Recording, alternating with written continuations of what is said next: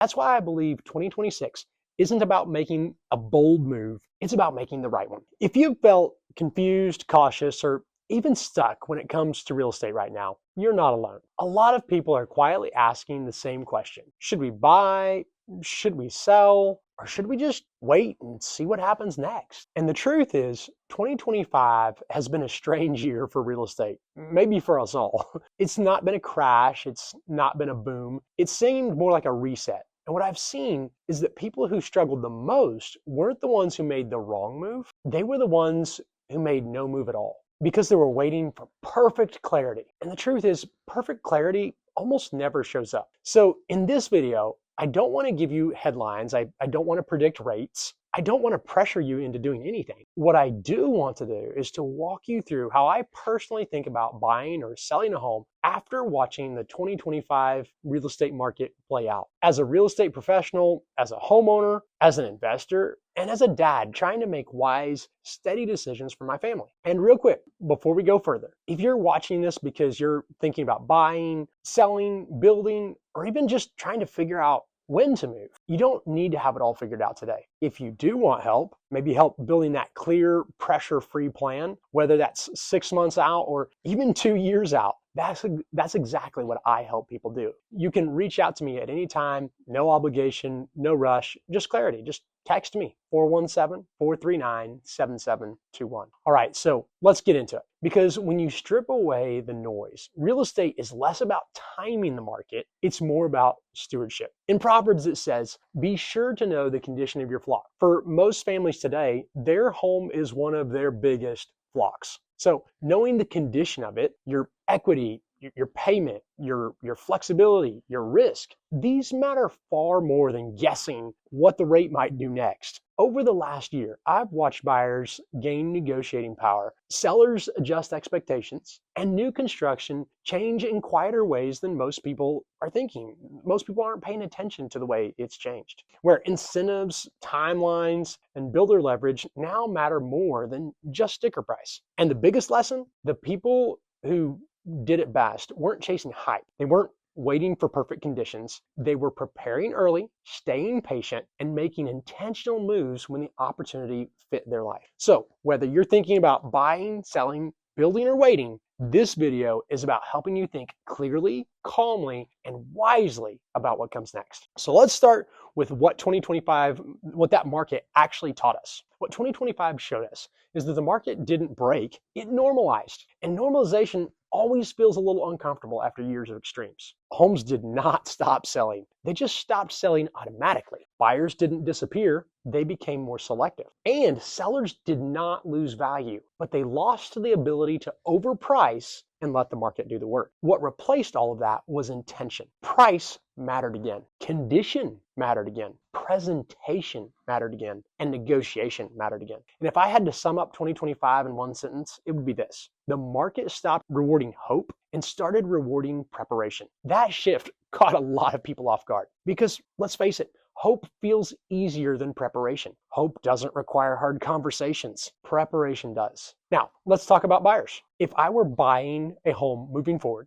the very first thing I'd do, I'd stop obsessing over interest rates and I'd start focusing on stability. See, rates matter, but they're not the foundation. Stability is. A payment you can comfortably afford today matters more than a rate you hope to change tomorrow. And here's where many people get that wrong. Even smart, responsible people, they treat buying a home like it's a math problem instead of a life decision. See, two buyers can buy the same house at the same price, at the same rate, and have completely different outcomes based on how they are prepared. We've watched buyers stretch themselves thin because they assumed rates would drop quickly. We've also watched buyers miss great homes because they were waiting for the headlines to tell them it was safe. Meanwhile, the buyers who did the best, well, they focused on the controllables. They knew their numbers. They stayed within a comfortable payment today. They negotiated hard on price, inspections, and terms, and they built margin into their decision. We've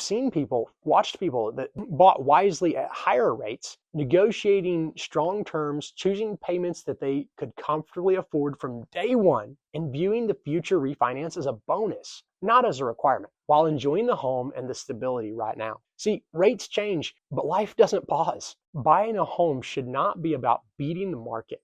It should be about building a foundation you can stand on even if nothing changes. And this is where faith and finance overlap so clearly for me. See, wise decisions don't require perfect conditions. They require clear thinking and margin. If you're a buyer, preparation beats prediction every single time. So know your numbers, know your payment comfort zone, know how long you plan to stay, know how flexible your budget is, even if your life changes, because it will. The goal isn't to be a market timer. It's to be a good steward. Those things protect you far more than guessing what the Fed is going to do next quarter, because none of us really knows.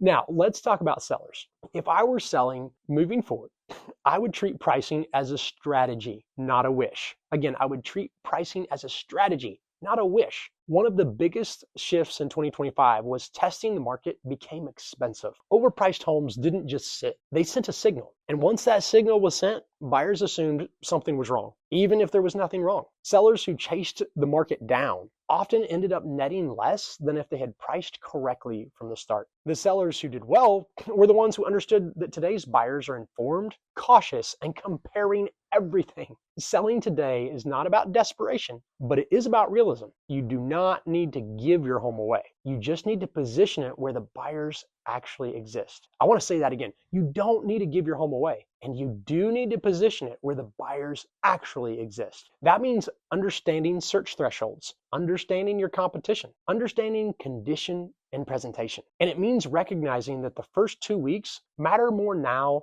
than they have in years. This same shift in thinking is exactly why some sellers are still doing very well while others are getting stuck. The difference isn't luck, it's strategy. Now, let's take a little shift and talk about new construction, because this is an area that has quietly changed in 2025. New construction used to feel simple. Pick a plan, sign a contract, and watch the property appreciate while it's being built. Well, that's no longer guaranteed. Builders didn't always cut the base prices first. They've adjusted incentives, they've adjusted timelines, they've adjusted leverage. Sometimes the real opportunity with new construction is in rate buy downs. Sometimes it's in upgrades, and sometimes it's in closing costs or timing. And sometimes it makes more sense to buy an existing home that's already finished, already discounted, and already negotiable. That doesn't make new construction bad. It just makes it strategic. The buyers who did the best with new construction weren't optimistic, they were informed. They understood the contract, they understood the risk, they understood where the leverage actually was. So now let's talk about waiting, because I know many people watching this video are waiting. And I want to say this clearly, waiting is not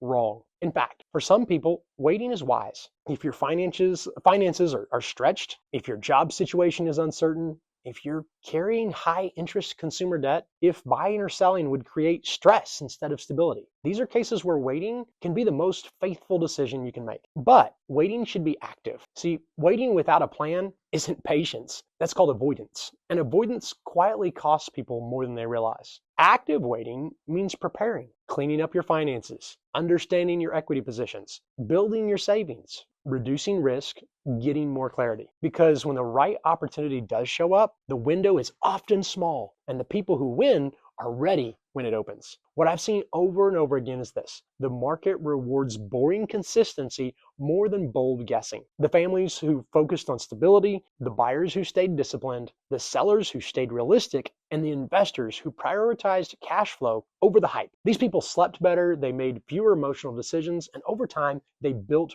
real wealth. That's the part that rarely makes the headlines. And that's why I believe 2026 isn't about making a bold move, it's about making the right one. If you're thinking about a move in the next 6 months, the next year, or even longer, the smartest thing you can do is get a plan. Not pressure, not predictions, just clarity. Know where you are right now, know where you're wanting to go, and understand what options actually serve you, not what just sounds good online. That's what good advice does. It creates peace, not panic. If this video has helped you think more clearly about where you stand, then it did its job. And if you want help building a real strategy, whether you're buying, selling, building, or deciding to wait, I'm always happy to have that conversation.